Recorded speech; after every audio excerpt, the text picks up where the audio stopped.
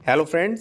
इस टॉपिक में बात करेंगे सुप्रीम कोर्ट के इस वर्ष के लेटेस्ट जजमेंट के बारे में, जो कि प्रतिकूल कब्जा, अवैध कब्जा, 12 साल कब्जा, उसी का मालिकाना हक को लेकर सुप्रीम कोर्ट ने बहुत बड़ा ऑर्डर दिया है। ये ऑर्डर दिया है राधे श्याम बनाम वी संध्या और अन्य में। तो जानेंगे कि क्या कुछ सुप्रीम कोर्ट ने अपना ऑर्डर दिया है और इस ऑर्डर से किसके पक्ष में दिया है, किन लोगों को इससे रिलीफ और फायदा होने वाला है। साथियों, टॉपिक शुरू करते हैं इससे पहले एक चीज और, यदि आप कोई लीगल एडवाइस लेना चाहते हैं related to property matters, civil matters and criminal matters, ले सकते हैं। कॉन्टैक्ट नंबर वीडियो की डिस्क्रिप्शन में आपको मिल जाएगा। साथियों, सबसे पहले मैं आपको बता दूं कि राधे श्याम बनाम वी संध्या और अन्य में ये जो है ऑर्डर दिया गया है। क्या है? सुप्रीम कोर्ट ने माना कि एक वादी प्रतिकूल कब्जे के दावे के आधार पर संपत्ति पर स्वामित्व की मांग नहीं कर सकता है यदि वह यह साबित करने में विफल रहता है कि संपत्ति का वास्तविक मालिक कौन था। पहली चीज, 12 साल से अधिक समय तक निर्बाध कब्जा मूल मालिक की जानकारी में था।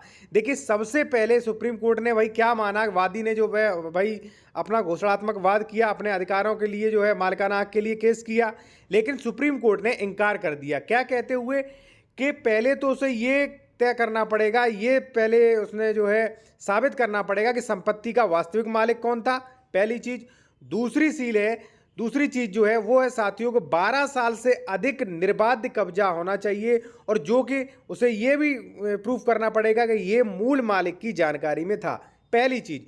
पूरी सुप्रीम कोर्ट ने जो है अपनी भाई ये गाइडलाइंस जारी की है, भाई कुछ बिंदु जारी किए हैं कि कब हम 12 साल पे प्रतिकूल कब्जा मानेंगे, वो भी आपको बताएंगे साथियों। ठीक है। दूसरा, हाईकोर्ट और ट्रायल कोर्ट के निष्पक्षों की पुष्टि करते हुए जस्टिस अभय एस ओक और जस्टिस उज्जवल भुइया की पीठ ने कहा कि यदि वादी सामग्री तथ्यों का खुलासा करने में विफल रहता है तो यह वाद पत्र में संपत्ति पर उसके प्रतिकूल कब्जे को साबित करते हुए संपत्ति के प्रतिकूल कब्जे का लाभ करने का हकदार नहीं होगा, लाभ पाने का हकदार नहीं होगा। इसके अलावा जो जजों की जो बेंच थी, इन्होंने अपने फैसले में कहा कि जब कोई पक्ष प्रतिकूल कब्जे का दावा करता है, देखिए साथियों, यूपीआरसी है, उसमें सेक्शन 144 में ये प्रोविज़न किया गया है कि अगर मान लीजिए किसी का कब्जा है बहुत सालों से, तो वह कब्जे के आधार पर मालिकाना हक के लिए केस कर सकता है और दावा कर सकता है। ठीक है, जिसमें राज्य सरकार और ग्राम पंचायत पक्षकार होंगे। ये प्रोविजन किया गया है। ठीक है। और आपने सुना भी होगा कि लिमिटेशन एक्ट में 12 साल कब्जा वही मालिक, उसी को मालिकाना हक मिल जाता है।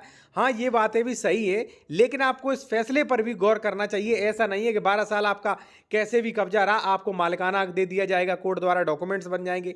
ऐसा नहीं है साथियों। अब आप इस पर ध्यान दीजिए कि मैं क्या कहने जा रहा हूं, वो सामान्य भाषा में भी आपको समझाऊंगा साथियों। ठीक है।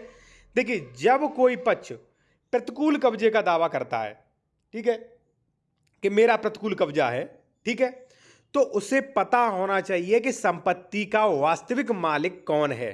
ठीक है। ऐसा नहीं है कि आपका लखनऊ में या कहीं किसी जगह बाहर प्लॉट पड़ा है, कोई मान लीजिए किसी ने कब्जा कर लिया, चलिए ये मेरा हो गया, ऐसा नहीं है साथियों। ठीक है। उसे पता होना चाहिए कि वास्तविक मालिक कौन है, पहली चीज। अब आप सोचेंगे मालिक पता तो क्या कब्जा दे देगा? नहीं। दूसरा, उसे दलील देनी होगी कि मूल मालिक की जानकारी में था, यानी कि कोर्ट में उसे कहना होगा कि मैं भाई 12 साल से या 13-14 साल से कब्जा किए हूं, जो कि इसका मालिक ये है और उसकी जानकारी में था। ठीक है। अब जानकारी में था तो उसके लिए नोटिस जाएगा। जैसे मान लीजिए आपकी जमीन पे कोई दावा कर रहा है कि मैं इस पे कब्जा किया हूं, ठीक है, मैंने कोर्ट में दावा कर दिया, तो पहले तो कोर्ट में डिसाइड करना पड़ेगा कि आप इसके मालिक हो। दूसरी चीज, हमें यह भी प्रूफ करना पड़ेगा कि आपको पता था कि 12 साल से मैं कब्जा किए हूं। ठीक है, आप देख सकते हैं। ठीक है। और मैं आपको पूरे कारण भी बताऊंगा जो सुप्रीम कोर्ट ने दिए हैं और जो कि होने चाहिए। ठीक है। देखिए, उसे दलील में देनी होगी कि मूल मालिक की जानकारी में था। दूसरी चीज ये कि वह 12 साल से अधिक समय से खुले तथा निर्बाध कब्जे में है। यह भी तीसरी शर्त, यानी कि कब्जा 12 साल से निरंतर होना चाहिए। ऐसा नहीं कि बीच में हटवा दिया हो फिर कर लिया हो। ठीक है, निरंतर होना चाहिए। ठीक है, खुला कब्जा होना चाहिए, यानी कि खुल के सभी को पता होना चाहिए। ठीक है। इसके बाद साथियों सबसे बड़ा पॉइंट है कि निर्बाध कब्जा होना चाहिए, यानी कि उसमें कोई बाधा उत्पन्न नहीं। मान लीजिए उसमें लड़ाई दंगा हो रहा है, नहीं माना जाएगा।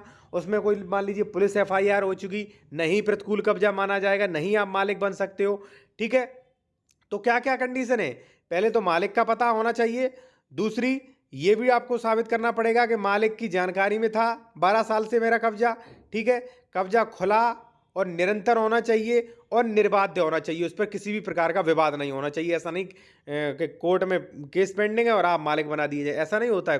कानून अंधा नहीं है साथियों। ठीक है, लेकिन हाँ, भ्रष्टाचारी जरूर है। एक चीज़ मैं साथियों यहीं पे और आपको बताना चाहूँगा, यार आप कोई लीगल एडवाइस लेना चाहते हैं तो आप साथियों ले सकते हैं। कॉन्टैक्ट नंबर वीडियो की डिस्क्रिप्शन में आपको मिल जाएगा। डायरेक्ट कॉल मत करिएगा, व्हाट्सएप पे मैसेज कर लीजिए, वहाँ पे आपको समय बताया जाएगा।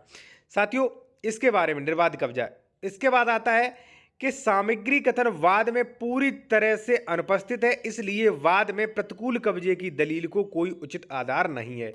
यानी कि वो जो है इन चीज़ों को डिसाइड नहीं कर पाया, कोर्ट को सेटिस्फाई नहीं कर पाया, इसलिए जो है उसकी दलील कोई भी उचित आधार नहीं है। अदालत ने प्रतिकूल कब्जे के आधार पर संपत्ति के स्वामित्व का दावा करने से संबंध में कानून की स्थापित स्थिति को दोहराया। ठीक है, अदालत ने प्रतिकूल कब्जे के आधार पर यदि मान लीजिए स्वामित्व आप दावा कर रहे हो, स्वामित्व का कि मैं मालिकाना हक हूं, मुझे मिलना चाहिए, तो फिर से उसने दोहराया। हालांकि कानून है स्पष्ट, फिर भी दोहराया। क्या दोहराया? क्या सुप्रीम कोर्ट ने कहा? कब प्रतिकूल कब्जा के आधार पर आप मालिकाना हक मिलोगे, ये भी जान लीजिए क्या क्या दोहराया।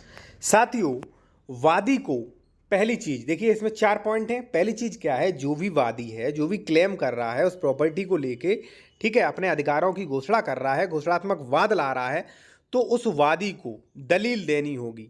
यह साबित करना होगा कि वह वास्तविक मालिक के प्रतिकूल कब्जे का दावा कर रहा है, पहली चीज।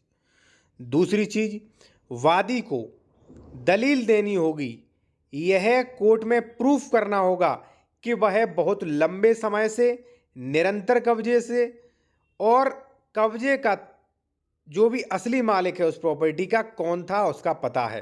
ठीक है, निरंतर कब्जे और जो लिमिटेशन है साथियों वो है 12 से 13 साल। आप मान लीजिए लिमिटेशन एक्ट में 12 साल है। ठीक है, अब साथियों तीसरा, वादी को यह भी निवेदन करना पड़ेगा और स्थापित करना होगा कि वह कब से कब्जे में आया। भाई ऐसा तो नहीं कि आप 4 दिन से या 4 महीने से कब्जा हो गया, अब आप ये कहोगे नहीं मैं तो 12 साल से, ऐसा भी नहीं है।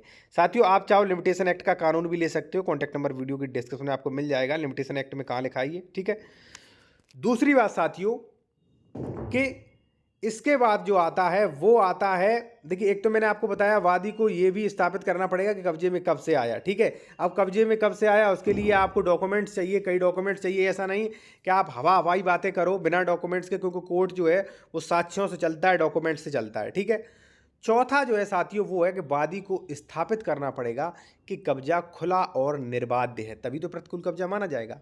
ठीक है, प्रतिकूल कब्जा वो मान लीजिए आप सीधा तौर पर जिस पे कोई भी विवाद नहीं, जो मालिक की जानकारी में हो, जो 12 साल से अधिक हो, जिसका एविडेंस आपके पास हो, तो आप प्रतिकूल कब्जा माना जा सकता है और लगातार हो। ठीक है, अब तो देखिए चौथा में क्या क्या है, वादी को स्थापित करना होगा कि कब्जा खुला कब्जा है, यानी कि खुला कब्जा सबकी जानकारी में, और निर्बाध कब्जा है, यानी कि किसी भी प्रकार का विवाद, किसी भी प्रकार की बाध्यता कुछ भी वहाँ पे नहीं है।